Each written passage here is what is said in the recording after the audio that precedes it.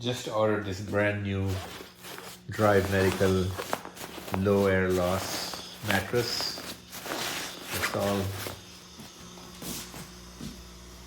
It's all normal pressure plugged in, and it's all connected. The air holes have been plugged in, and yet every other tube, as you can see, leaks air. You cannot find the leak. Crap, product crap, service crap. They don't even pick up the phone.